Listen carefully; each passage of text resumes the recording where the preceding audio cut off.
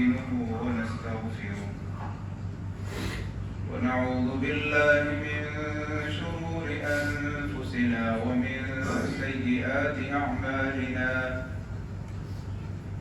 من يهده الله فلا مضل له ومن يضلل فلا هادي له وأشهد أن لا إله إلا الله وحده لا شريك له وأشهد أن محمدا عبده ورسوله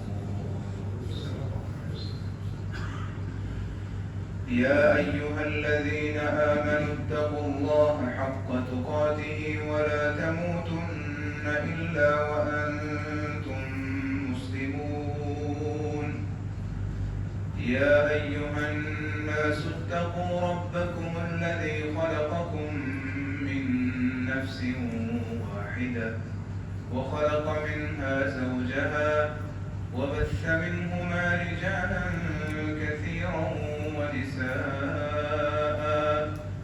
واتقوا الله الذي تساءلون به والأرحام إن الله كان عليكم رقيبا يا أيها الذين آمنوا اتقوا الله وقولوا قولا سديدا يصلح لكم أعمالكم ويغفر لكم ذنوبكم ومن يطع الله ورسوله فقد فاز فوزا عظيما أما بعد فإن أحسن الحديث كتاب الله وأحسن الهدي هدي محمد صلى الله عليه وسلم وشر الأمور محدثاتها وكل محدثة بدعة وكل بدعة ضلالة وكل ضلالة في النار فأعوذ بالله السميع العليم من الشيطان الرجيم بسم الله الرحمن الرحيم يا أيها الذين آمنوا اتقوا الله حق تقاته ولا تموتن إلا وأنتم مسلمون واعتصموا بحبل الله جميعا ولا تفرقوا واذكروا نعمة الله عليكم إذ كنتم أعداء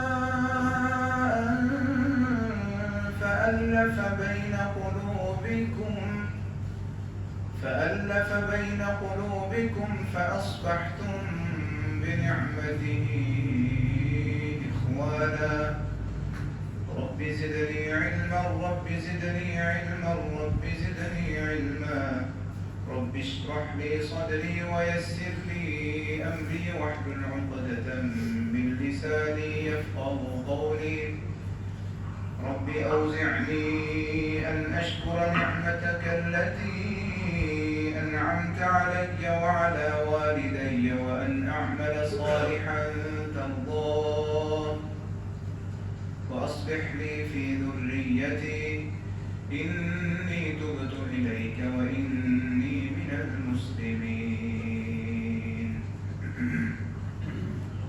قابل الاحترام بھائیو بزرگوں عزیز ساتھیوں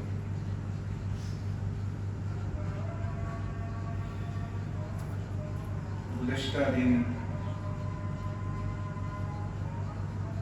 ہمارے ملک پاکستان میں ایک سالانہ تہوار کے طور پر یوم آزادی 14 اگست کے دن اگست کے مہینے میں ہر سال اس دن کو بڑے زور و شور سے منایا جاتا ہے.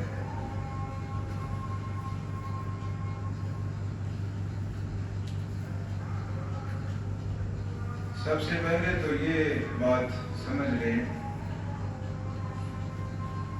کہ اس دن کا تعلق اس تہوار کا تعلق اسلام سے نہیں ہے، یہ معاشرتی ایک تہوار ہے۔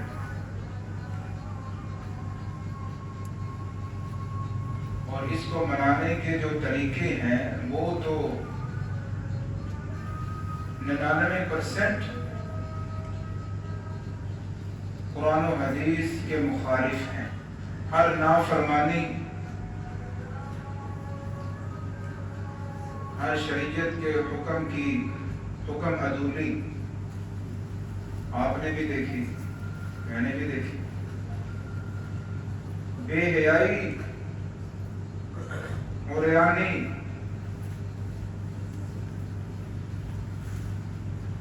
فروش پر، بہرحال خوشی کا دن ہے، خوشی منانے میں کوئی حرج نہیں ہے، مبارکباد دینے میں بھی کوئی حرج نہیں ہے۔ بھائی آپ کو آج کا دن مبارک ہو، یہ برکت کی دعا ہے۔ زیادہ خوشی بھی اسلام میں نہیں ہے کہ بندہ مبارک بھی نہ دے، لیکن اس حد تک آگے گزر جانا کہ آپ کو دیکھ کر یہ اندازہ لگانا مشکل ہو جائے کہ آپ مسلمان ہیں کہ کافر ہیں، یہ لمحہ فکریہ ہے۔ بہرحال آج کا جو موضوع ہے وہ وحدت امت، کہ ہمارا آپس میں اتفاق و اتحاد، کیونکہ ایک نئے سال کا آغاز ہوا ہے کہ پاکستان بنے کو غالباً 78 سال ہو گئے، کل 78 سال مکمل ہوئے۔ دن بدن اختلافات بڑھتے جا رہے ہیں، لڑائیاں جھگڑے بڑھتے جا رہے ہیں، کوئی حل نظر نہیں آتا۔ کیا شریعت میں اس کا حل موجود ہے؟ آج چند گزارشات، شریعت کے وہ 4 اصول، جن چاروں اصولوں پر عمل کرنے سے اتحاد امت قائم ہو سکتا ہے، آج بھی ہو سکتا ہے، قیامت تک ہو سکتا ہے۔ وہ 4 اصول ہیں۔ اور پھر دوسری بات کہ ان چاروں اصولوں پر عمل کرنے کے بعد ان کا عملی نمونہ بھی آپ کے سامنے پیش کروں گا کہ جن لوگوں نے ان چاروں اصولوں پر عمل کیا ان میں ایسا اتحاد قائم ہوا کہ قیامت تک ان جیسی مثال نہیں ملتی۔ اور پھر تیسری بات کہ کچھ ایسے لوگ ہیں جن کو کبھی بھی اتحاد امت پسند نہیں آیا کہ امت ایک ہو جائے، کبھی ان کو پسند نہیں۔ انہوں نے ہمیشہ امت کو پارا پارا کرنے کی ہر ممکن کوشش کی ہے۔ پہلا اصول، اللہ تعالیٰ قرآن پاک میں فرماتے ہیں یا ایھا الذین آمنوا اتقوا اللہ حق تقاتہ، اے ایمان والو اللہ سے ڈر جاؤ جس طرح ڈرنے کا حق ہے۔ یہ پہلا اصول ہے اتحاد امت کا، اللہ سے ڈر جاؤ جس طرح اللہ سے ڈرنے کا، بولے اللہ سے ڈرنے کا حق ہے۔ اتحاد امت کا نعرہ لگانے والی بڑی بڑی قومیں ہر دور میں آتی رہی ہیں، بڑے بڑے لیڈر آتے رہے ہیں، اتحاد امت، اتحاد المسلمین، وحدت امت، وحدت المسلمین، لیکن ان کا طریقہ ٹھیک نہیں رہا۔ وہ ان چاروں اصولوں سے ہٹ کر دعوت دیتے رہے ہیں۔ مطلب کیا طریقہ تھا ان کا؟ اگرچہ وہ لوگ مخلص ضرور تھے، امت میں اتحاد قائم کرنے والے لوگ مخلص ضرور تھے، لیکن ان کا طریقہ غلط تھا۔ طریقہ کیا ہے؟ وہ کہتے ہیں جو جہاں لگا ہے لگا رہنے دے، کوئی نماز پڑھتا ہے پڑھے، نہیں پڑھتا نہ پڑھے، کوئی زکوٰۃ دیتا ہے دے، نہیں دیتا نہ دے،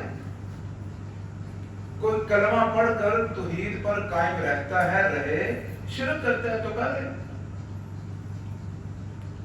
لیکن جب ہم اس کو بلائیں تو ہماری اگر بات سنے، ہم سے آدھا گھنٹہ، پونا گھنٹہ، 1 گھنٹہ میٹنگ کرے، اکٹھے بیٹھیں، اتحاد امت قائم ہو گئے۔ ایسے اتحاد امت قائم نہیں ہو سکتا، یہ تو صرف اور صرف مکس مربع بن سکتا ہے کہ اس میں گاجر بھی ہے، اس میں آملہ بھی ہے، اس میں سیب بھی ہے، اور بھی مربع ڈال، مکس مربع بن گیا، کھایا پیا، میٹھا میٹھا، میٹھے میٹھے بھائی چل گئے۔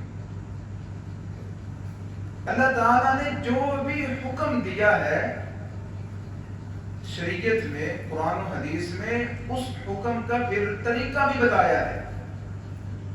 نماز کا حکم دیا، روزے کا حکم دیا، حج کا حکم دیا ہے، عمرے کا حکم دیا ہے، زکوٰۃ کا حکم دیا ہے، ساتھ ساتھ ان کے طریقے بھی بتائے۔ ایک ایسی بات ہے کہ اتحاد کا حکم اللہ نے دیا ہے، طریقے ہم اپنے بنا رہے ہیں۔ سب سے پہلا اصول ہے اللہ سے ڈر جاؤ۔ جو اللہ سے ڈرنے والے نہیں ہیں، وہ تو 2 لوگوں کا آپس میں اتفاق نہیں ہو سکتا، پوری امت کا اتفاق کیسے ہوگا؟ اللہ سے ڈر جاؤ، یہ سب سے پہلا اصول ہے۔ اور آج کلمہ کو، مسلمان کو، ایمان کے دعوے داروں کو، جنت اور جہنم پر ایمان کے دعوے داروں کو، آخرت کے دعوے داروں کو، آخرت پر ایمان کے دعوے داروں کو ڈرایا جاتا ہے۔ کیسے؟ خبردار، کیمرے کی آنکھ آپ کو دیکھ رہی ہے۔ ڈرایا جاتا ہے۔ اللہ سے کیوں نہیں ڈرایا جاتا؟ کہ وہ ذات ہے کہ جس کے کیمرے اتنے تیز ہیں، کہ جس کا علم اتنا وسیع ہے کہ دنیا کی سائنس جتنی بھی ترقی کر جائے، وہ یہ نہیں دیکھ سکتے، یہ نہیں سوچ سکتے، یہ اندازہ نہیں لگا سکتے کہ تیرے دماغ میں کیا چل رہا ہے۔ اللہ تعالیٰ کے کیمرے، دل کے اندر جو خیالات بھی پیدا ہوتے ہیں، اللہ تو وہ بھی جانتا ہے۔ لیکن آج ایمان والوں کو اللہ کے ڈر سے زیادہ کیمرے کے ڈر سے ڈرایا جاتا ہے کہ کیمرے کی آنکھ آپ کو دیکھ رہی ہے۔ یہ گزشتہ سالوں، 4-5-6 سال پہلے جو کرونا آیا،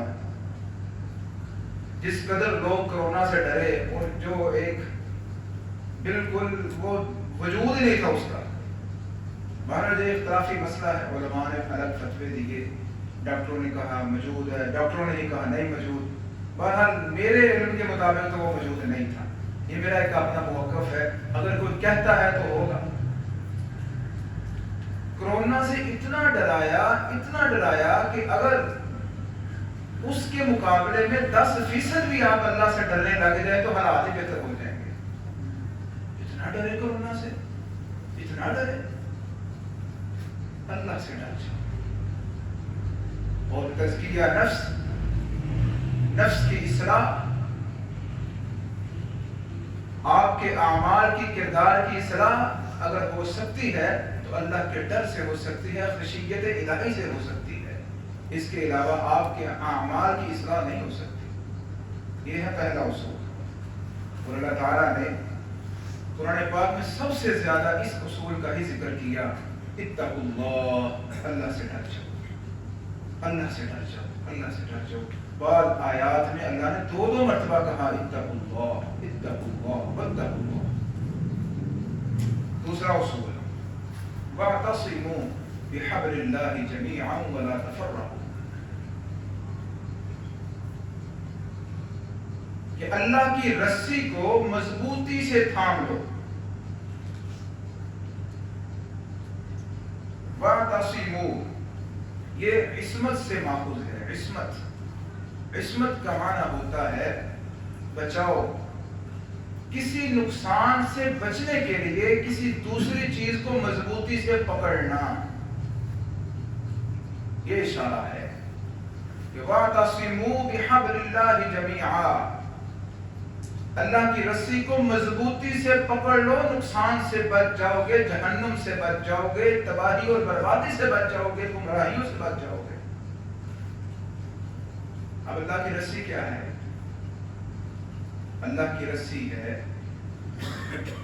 وحی کا علم، قرآن و حدیث، یہ اللہ کی رسی ہے۔ اور یہاں پر یہ رسی کا لفظ استعارتاً بولا گیا ہے۔ استعارہ یہ فصاحت و بلاغت کی ایک اصطلاح ہے، بڑی باریک اصطلاح ہے، لیکن میں انشاءاللہ آپ کو موٹے انداز سے سمجھاؤں گا۔ استعارہ کا مطلب ہوتا ہے ادھار لینا، اعارتاً کو چیز لینا۔ مطلب اس کی مثال یہ ہے، دروازہ کھلا، ایک بندہ اندر داخل ہوا تو لوگوں نے اس کو دیکھتے ہی کہا شیر آ گیا۔ اب اس کا کیا مطلب ہے؟ اس کی 4 ٹانگیں ہیں، اس کی دم ہے، یا وہ چیر پھاڑ کرنے والا ہے؟ نہیں، یہ استعارتاً بولا گیا ہے کہ اس کی بہادری، اس کی شجاعت، اس کی طاقت، اس کا رعب اتنا ہے کہ جتنا شیر کا ہوتا ہے، وہ اتنا دلیر ہے کہ جیسے شیر ہے۔ کسی بندے کی کمال خوبی بیان کرنے کے لیے استعارتاً لفظ بولا جاتا ہے، اور اس طرح کسی کے نقص کو، کسی کے عیب کو بیان کرنے کے لیے بھی لوگ استعارتاً لفظ بولتے ہیں۔ وہ یار وہ فلانے کی گل کرنی ہے، وہ تو گل بات ہی نہیں، وہ تو بندہ ہی نہیں ہوتا، کدھر کہہ رہے تھے نا۔ اس کا مطلب یہ نہیں وہ جانور ہے، مطلب ہے کہ وہ سست ہے، کاہل ہے، اپنی بات کا پکا نہیں ہے، بہادر نہیں ہے، اس میں شجاعت نہیں ہے۔ اللہ تعالیٰ نے یہاں رسی کا لفظ بولا ہے کہ رسی کو مضبوطی سے پکڑ لو، اللہ کی رسی کو مضبوطی سے پکڑ لو۔ رسی تو پلاسٹر کی ہوتی ہے یا اون کی ہوتی ہے جو ہمارے ہاں موجود ہے، مضبوط ہوتی ہے، لیکن یہاں رسی سے مراد اللہ کا علم ہے۔ اب رسی سے میرے علم کے مطابق رسی سے پوری کائنات میں 3 کام لیے جاتے ہیں، 3 کام۔ اب وہ تینوں کام ہی ہماری اتحاد امت کے لیے بہترین ایک ذریعہ ہے، اور وہ یہاں پورے فٹ بیٹھ رہے ہیں تینوں کام۔ پہلا کام رسی سے یہ لیا جاتا ہے، کوئی چیز کنویں میں گر جائے یا نیچے کہیں پستی میں گر جائے، اوپر سے رسی گرا کر، رسی نیچے پھینک کر اسے باندھ کر اوپر کھینچ لیا جاتا ہے۔ جیسے یوسف علیہ السلام کو کے بھائیوں نے حضرت یوسف علیہ السلام کو کنویں میں گرا دیا، اور وہاں سے ایک قافلہ گزرا، انہوں نے رسی پھینکی، ڈور پھینکا اور رسی کے ساتھ اوپر کھینچ لیا۔ اللہ تعالیٰ کی رسی کو مضبوطی سے تھام لو گے تو کفر و شرک سے نکل جاؤ گے، گمراہیوں سے نکل جاؤ گے، بدعات سے نکل جاؤ گے۔ اللہ کی رسی کو مضبوطی سے تھام لو، یہ جتنے گمراہیوں کے اندھیرے ہیں اس سے نکل جاؤ گے۔ اور دوسرا رسی کا کام ہوتا ہے، کسی بلند چوٹی پر چڑھنے کے لیے رسی کا استعمال کیا جاتا ہے، جہاں پر ساز و سامان نہیں ہوتا۔ ہمارے ہاں تو سیڑھیاں چلتی ہیں، ابھی بھی بہت سے علاقے ہیں جہاں رسی کی مدد سے اوپر چڑھا جاتا ہے، وہاں سیڑھیاں نہیں لگتی اور بڑی بڑی بلندیوں تک جایا جاتا ہے رسی کی مدد سے۔ کیا مطلب ہے؟ اللہ تعالیٰ کی رسی کو مضبوطی سے تھام لو، اگر دنیا و آخرت کی کامیابی چاہتے ہو، یہاں تک کہ جنت کا بھی حصول چاہتے ہو، تو اللہ کی رسی کو مضبوطی سے تھام لو۔ اور تیسرا کام جو رسی سے لیا جاتا ہے، وہ 2 یا 2 سے زیادہ چیزوں کو، چاہے وہ 50 ہیں 100 ہیں، ان کو یکجا کر کر باندھ دینا، یہ بھی رسی سے کام لیا جاتا ہے۔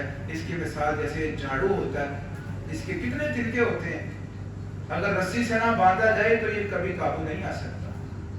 یہ ہے اللہ کی رسی، یہ ہے قرآن و حدیث۔ وَاعْتَصِمُوا بِحَبْلِ اللَّهِ جَمِيعًا، یہ ہے دوسرا اصول اتحاد امت کا۔ آگے تیسرا اصول مختصر کرتا جاتا ہوں، وقت کم ہے۔ وَلَا تَفَرَّقُوا، آپس میں فرقے نہ بناؤ۔ آپس میں گروپ بندی نہ کرو، آپس میں ایک دوسرے کے ساتھ جدائی اختیار نہ کرو۔ ولا تفرقوا، تیسرا اصول، جب ہم آپس میں اختلاف کر لیں گے اور پھر کہیں گے کہ ہماری منزل ایک ہے، تو کیا ایسے ممکن ہو سکتا ہے؟ جب ہمارے راستے ہی الگ الگ ہیں تو منزلیں بھی الگ الگ ہیں۔ اس کی ایک وہ جھوٹی مثال سی بنی ہوئی ہے، لطیفہ سا بنا ہوا ہے کہ ایک ٹرین ہے، اس پر دو لوگ سفر کر رہے ہیں، ایک نیچے بیٹھا ہوا ہے، دوسرا برتھ کے اوپر لیٹا ہوا ہے۔ اوپر والا نیچے سے پوچھتا ہے بھائی آپ کہاں جا رہے ہیں؟ وہ کہتا ہے جی میں کراچی جا رہا ہوں۔ اب نیچے والا اوپر سے پوچھتا ہے کہ آپ کہاں جا رہے ہیں؟ وہ کہتا ہے جی میں اسلام آباد جا رہا ہوں۔ اب یہ کیا کہتا ہے؟ اب یہ نہیں کہ میں نے ٹرین غلط پکڑی ہے، کہتا ہے سائنس نے کتنی ترقی کر لی ہے، سبحان اللہ، ایک ہی ٹرین ہے، ایک ہی ڈبہ ہے، نیچے سے کراچی جا رہا ہے، اوپر سے اسلام آباد جا رہا ہے۔ اپنی غلطی نہیں ماننی کہ ہم نے راستہ غلط اختیار کیا ہے، ہم نے گاڑی غلط پکڑی ہے، ہم غلط ہیں، کہتا سائنس نے بڑی ترقی کر لی۔ کتاب و سنت پر عمل کرنے والے آج بھی جہاں پر بھی ہیں، ان کی اذان بھی ایک ہے، ان کی نماز بھی ایک ہے، اذان کا طریقہ بھی ایک ہے، نماز کا طریقہ بھی ایک ہے، فرائض بھی ایک ہیں، عیدیں بھی دو ہی ہیں، ان کے عبادات کے طریقے ایک ہیں۔ جو قرآن و حدیث پر عمل کرنے والے پوری دنیا میں دیکھ رہے ہیں۔ پھر کہتے ہیں اتحاد کا ایک حل تقریر ہے۔ میں معذرت چاہتا ہوں اپنے بھائیوں سے، کسی کی دل آزاری کرنا مقصد نہیں ہے، لیکن تقریر اتحاد کا حل نہیں ہے، اتحاد قائم کرنے کا طریقہ تقریر نہیں ہے۔ ایک طرف کہتے ہیں چاروں امام پر حق ہیں، اور دوسری طرف چاروں اماموں نے ایک دوسرے کے خلاف بڑے بڑے فتوے لگائے ہوئے ہیں، کتابیں موجود، سب کچھ موجود، لکھا ہوا ہے۔ اب پھر دیکھیں یہاں پر ہمارے پاکستان میں فقہ حنفی چلتی ہے زیادہ، فقہ حنفی اس کا عروج ہے۔ اب فقہ حنفی ہے، فقہ حنفی کا، لیکن آگے دو گروپ بن گئے۔ گروہ تو پہلے فقہ حنفی والوں نے بنایا نا، پہلے تو قرآن و حدیث تھا، اس سے پہلے قرآن و حدیث ہی تھا۔ اب یہ آئے فقہ حنفی والے، قرآن و حدیث سے الگ ہو گئے۔ اب دیکھیں آگے، فقہ حنفی دیوبندی، فقہ حنفی بریلوی۔ اب فقہ حنفی دیوبندی میں پھر مزید آگے، فقہ حنفی دیوبندی حیاتی، فقہ حنفی دیوبندی مماتی۔ اب فقہ حنفی بریلوی میں مزید آگے، قادری، چشتی، سہروردی، قصوری، کیا کیا نام اپنے اپنے فرقے بن گئے، دروازہ کھول دیا۔ تقریر نے تو اختلافات کا اور تفرقے کا دروازہ کھولا ہے، بند نہیں کیا۔ دروازہ اگر بند ہونا ہے تو وہ قرآن و حدیث پر عمل کرنے سے بند ہونا ہے، اور قرآن میں جو اصول بیان کیے گئے ہیں ان اصول پر عمل کرنے سے ہی اتحاد قائم ہونا ہے۔ اپنی طرف سے من گھڑت جو طریقے ہیں ان سے اتحاد قائم نہیں ہوگا۔ اور اسی طرح چوتھا اصول ہے وَاذْكُرُوا نِعْمَةَ اللَّهِ عَلَيْكُمْ، کہ یاد کرو اللہ تعالیٰ کی نعمت کو جو اس نے تم پر کی۔ کیا نعمت کی؟ اِذْ كُنْتُمْ أَعْدَاءً فَأَلَّفَ بَيْنَ قُلُوبِكُمْ فَأَصْبَحْتُمْ بِنِعْمَتِهِ إِخْوَانًا، کہ تم تو آپس میں دشمن تھے، بھائی بھائی کا دشمن تھا، بہن بہن کی دشمن تھی، باپ بیٹی کا دشمن تھا۔ فَأَلَّفَ بَيْنَ قُلُوبِكُمْ، اس اللہ نے تمہیں اپنے سے ڈرنے کی وجہ سے، رسی کو مضبوطی سے پکڑنے کی وجہ سے اور تفرقہ نہ کرنے کی وجہ سے تمہارے دلوں کو اللہ نے آپس میں جوڑ دیا۔ پہلے تم دشمن تھے، فَأَصْبَحْتُمْ بِنِعْمَتِهِ إِخْوَانًا، اور تم میں پھر اللہ تعالیٰ نے اپنی نعمت کا اظہار کرتے ہوئے بھائی بھائی بنا دیا۔ انصار اور مہاجرین بھائی بنے کہ نہ بنے؟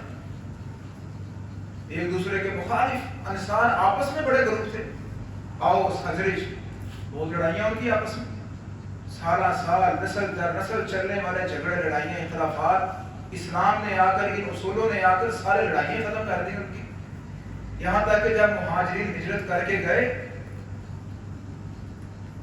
تو انصار کے آپس میں قرآن اندازی کے بعد ان میں تقسیم ہوئی کہ آپ کے حصے میں یہ فلاں بھائی ہے فلاں بھائی، کیوں؟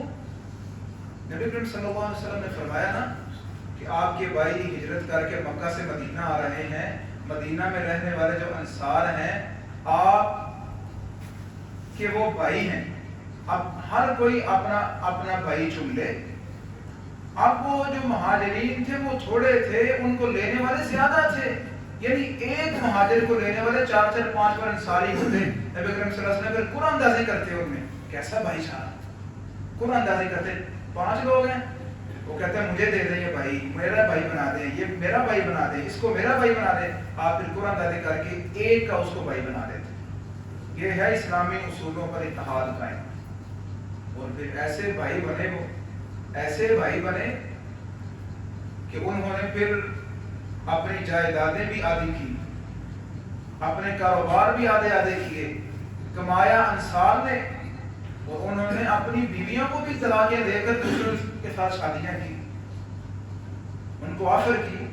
حضرت عبد الرحمن بن عوف رضی اللہ عنہ وہ بھائی بنے حضرت سعد بن ربیعہ کے، انہوں نے کہا کہ میرا کاروبار بھی آدھا تمہارا ہے، میرا مکان بھی آدھا تمہارا ہے، میں 2 بیویاں رکھتا ہوں، ان میں سے تم پسند کر لو۔ اس وقت تو پردے کی ابھی آیات نازل نہیں ہوئی تھی، اور ویسے بھی منگیتر کو ایک نظر دیکھنا جائز ہے، دونوں بیویوں سے جو پسند ہے میں اس کو طلاق دے دیتا ہوں، اور آپ عدت کے بعد اس سے نکاح کر لینا۔ یہ کس قدر بھائی بھائی بن گئے، اور آج 30-35 سال ایک برتن میں 2 بھائی کھانے والے، بہن اور بھائی کھانے والے، جب جائیداد تقسیم کی باری آتی ہے تو ایک دوسرے کے گریبان کو پکڑ لیتے ہیں۔ اتحاد قائم ہوگا قرآن و حدیث کے اصول کے مطابق ہوگا، ہمارے اصولوں کے مطابق نہیں ہوگا۔ اور پھر اس طرح نمونہ صحابہ کرام نے پیش کیا جو میں نے ابھی آپ کو مثال دی ہے۔ اور تیسری بات، اس وقت بھی کفار اور منافقین اور بدعتی اور مشرکین لوگوں کو مسلمانوں کا اتحاد پسند نہیں تھا، اور آج بھی نہیں ہے۔ عبداللہ بن ابی نے اس وقت بھی لڑائیاں کروانے کی کوشش کی، اس وقت بھی منافقین نے آپس میں لڑائی جھگڑا کروانے کی، انتشار ڈالنے کی کوشش کی، آج بھی ان کو نہیں پسند۔ اللہ تعالیٰ سے دعا ہے کہ اللہ تعالیٰ ہمیں اسلامی اصولوں کو سمجھنے کی، اس پر عمل کرنے کی، اور پھر آپس میں اتحاد امت قائم کرنے کی توفیق عطا فرمائے۔ آخر دعوانا الحمدللہ۔